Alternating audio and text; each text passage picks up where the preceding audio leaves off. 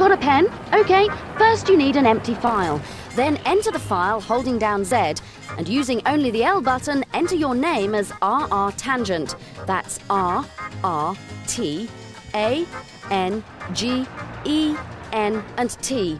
Exit the file and re-enter as before, this time entering Abacus as your name. That's A, B, A, C, U, and S. After confirmation, press C right on the title screen and a new file will be created that contains all of the pods and tracks.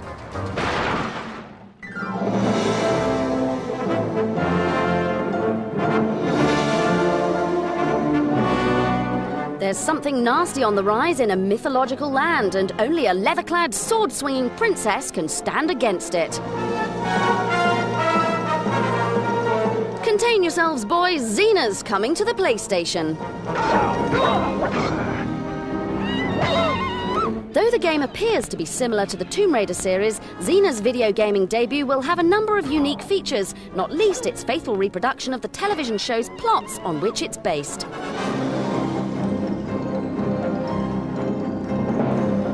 Players assuming the role of Xena will be able to take advantage of all her famous combat maneuvers, including, of course, her legendary sword-fighting skills. Well, everyone has an off day. Well, that's much more like it. Xena's adventure will span 7 huge worlds, each with a number of sub-levels, so there'll certainly be variety in the game. The designers also promise some challenging puzzles to complement the stunning action sequences.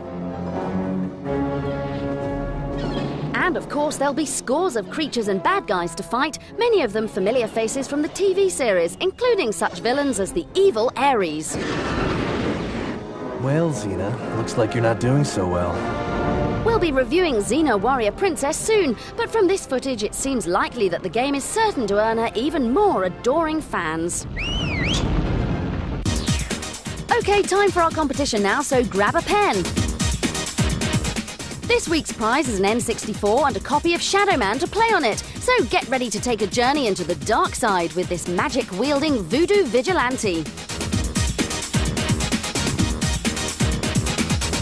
To win this prize, call our number and answer this question. Xena the Warrior is a member of a royal family, but what title does she hold? Is it A, King, B, Queen, or C, Princess? If you think you know, call 0660 113333. Please dial carefully and don't forget to ask permission from the person who pays the telephone bill first.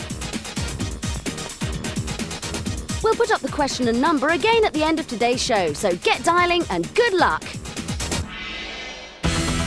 Coming up, we visit a peculiar circus, check out the Age of Empires, and go on the hunt for a jungle lord.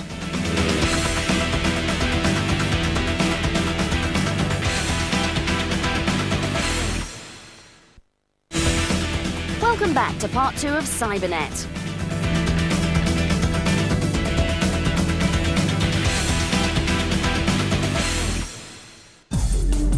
Everybody loves a scary computer game. Whether it's Half-Life, Resident Evil or Shadow Man, there's nothing better than a good fright to get the adrenaline pumping.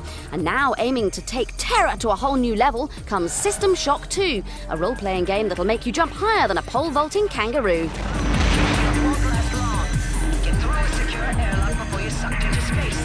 With its sinister locations, moody lighting and atmospheric sound effects, it already feels dark and disturbing.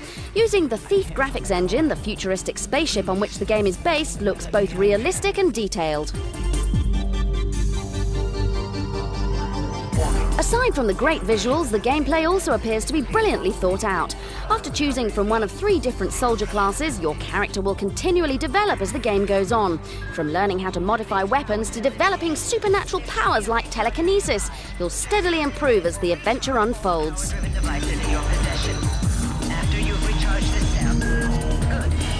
In many people's eyes, System Shock is the most atmospheric first-person adventure ever. With the sequel about to arrive, even the mighty Half-Life could face some serious competition.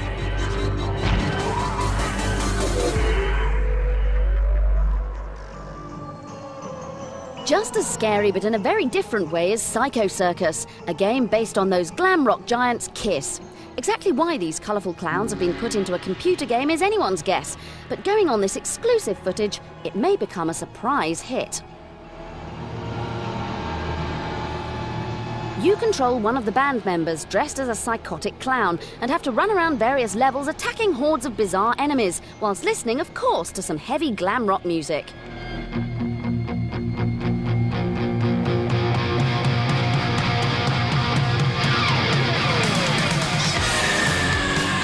Based on the comic book series that shares the same name, Circus already has a strong following. Okay, it won't be a Quake III beta, but with its mix of first-person action and horror-style environments, it'll certainly be an attention grabber. Hello! And I say welcome to the show!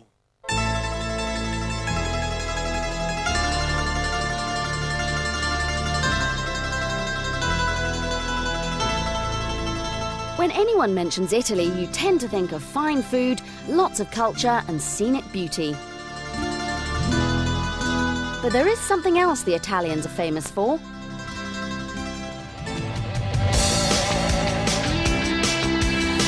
The name Ferrari symbolises perfectly a country's passion for motorsport. Founded by Enzo Ferrari, a test driver from Modena, Italy, the blood-red cars have forged a reputation for excellence and glamour.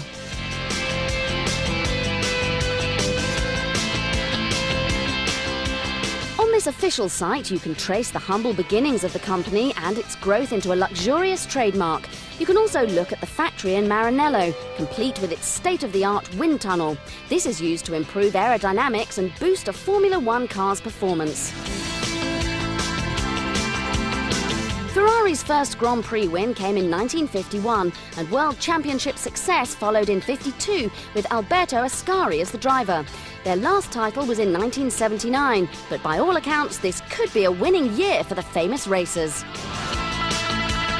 For a more up-to-date look at the efforts of Ferrari in Formula One, try this site from the official team. With some stunning pictures of drivers Michael Schumacher and Eddie Irvine, these pages are essential viewing for any fan. There are numerous sites on the net devoted to the Italian firm. One of the best is this one by Mr. Boy.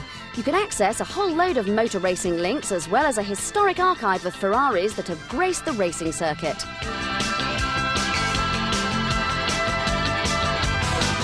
If you want to join Ferrari's passionate supporters, the Tifosi, then the best place to find them is at Monza.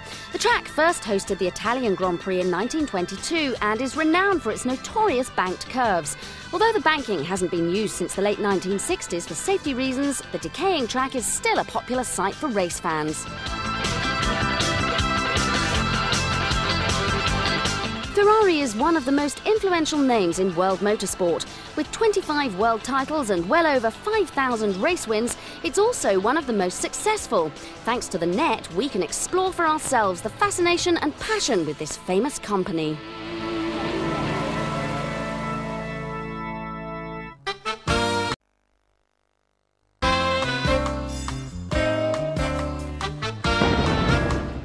Spent the last few weeks in the dark and dangerous tunnels of Quake II on the M64, you might like to grab a pen as we have a cheat to liven up your gameplay.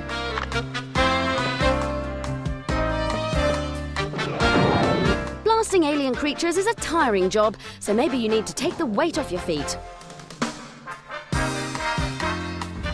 Just enter S, 3, T, L, O, W, G, R, V, 1, T, Y, and 4 question marks. Now you'll experience low gravity in the multiplayer mode.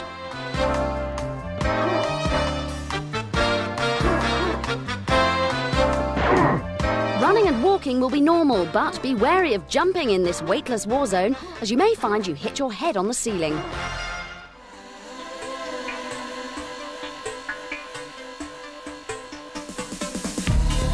Take a good look, strategy fans. By the time you've completed Dungeon Keeper 2 and Total Annihilation Kingdoms, this is the game you'll be playing. Age of Empires 2 is almost complete and it looks amazing.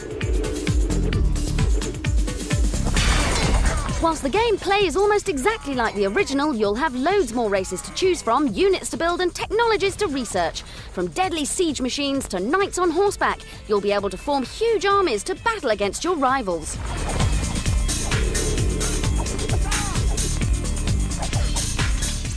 And as the improved graphics engine animates every unit brilliantly, you can have great fun watching your troops destroy an enemy's city. There will also be a host of new sea-based units to create, including these rather handy flame-throwing galleons.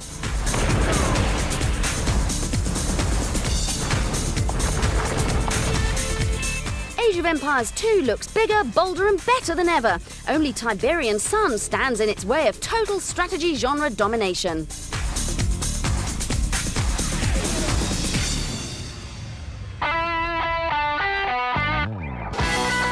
Of course, if you own an N64, chances are you've never played a proper strategy game. But things are about to change. Command & Conquer has finally been converted to the N64 and it plays surprisingly well. You must take control of one of two warring factions, the heroic GDI or the evil Brotherhood of Nod. Whoever you choose, the gameplay revolves around collecting a resource called Tiberian, constructing buildings and then creating various fighting units. Whilst this console version doesn't match up to the excellent PC game, it's just as easy to play. And most importantly, it's just as compelling. Complete one mission and you'll immediately want to try the next. OK, Command & Conquer won't convert too many N64 owners into strategy fans, but for those of you who want to fight and think, this is a great place to start.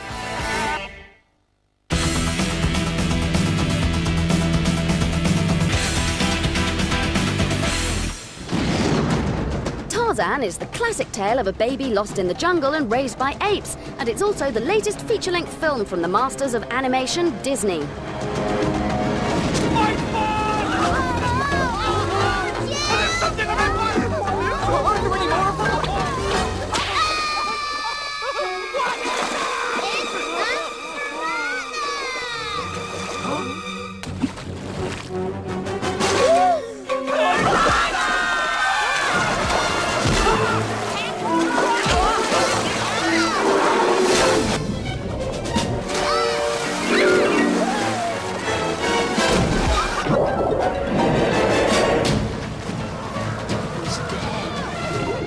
And what do good movie scenes make? Why, great levels in a game, of course. And who better to tell us about Disney's newest game than the men behind it? Hi, I'm Matt. I'm a director at Eurocom, who are the poor, overworked developer that are working on Tarzan at the moment. We create all the art assets, all the sound, the animation we create in 3D. And we pull all the pieces together and create the game. And they've produced one of the finest looking Disney games ever, but there were problems. To take a 2D character and to build that character in 3D, and also to be able to move the camera around in the game and to show the world in 3 dimension is a huge challenge for us. So how did they do it? Matt told us about the development process. Initially with taking a 2D image to a 3D model, is that we'll get approved drawings from Disney. Different angles, so you get it from the front, the side, rear view. That'll give us a lot of the information we need to build a 3D model of the character. When that is approved, we can then do other things to it, such as adding textures, adding lighting, and that generally finishes off the model. Much of the game's appeal is in the way the team have grabbed memorable moments from the movie and painstakingly recreated them for players to experience in the game. Here you can see Tarzan tree surfing in the film. Next, the scene in its 3D computer form with only basic obstacles. And finally, the full-speed finished video game level, complete with realistic textures, fantastic lighting and sound effects. The jungle undergrowth is one area that Matt is particularly proud of. The plants are amazingly detailed and Tarzan can climb vines that stretch right off into the distance, all in 3D. For these dramatic effects, the team had to write and use a program specifically created for jungle environments, which took months. But that's not all they did. The main research that we did for the game really was a videotape in, say, chimpanzees, young chimpanzees, especially for young Tarzan. They've based a lot of the animation around young chimpanzees, not a human character. And did you adopt any unusual techniques? An animator is an actor, really, and a lot of the time you'll see our guys in the office jumping around like chimpanzees, jumping off chairs, because it's the only way they can figure out how to do some of the animation. It's a bit of a crazy environment, but it keeps things fun and it's good. It certainly is good. When the film and the game are eventually released, fans will find a whole host of game styles to master that directly relate to the action in the movie. Tarzan should be one of the most exciting Disney experiences ever. And who could resist those magnificent monkeys? Ah.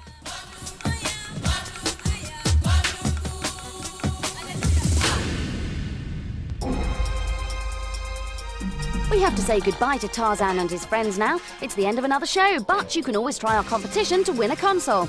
We'll be back again soon, but until next time, check out these wicked images from the Bashfest Evil Zone. Keep it Cybernet.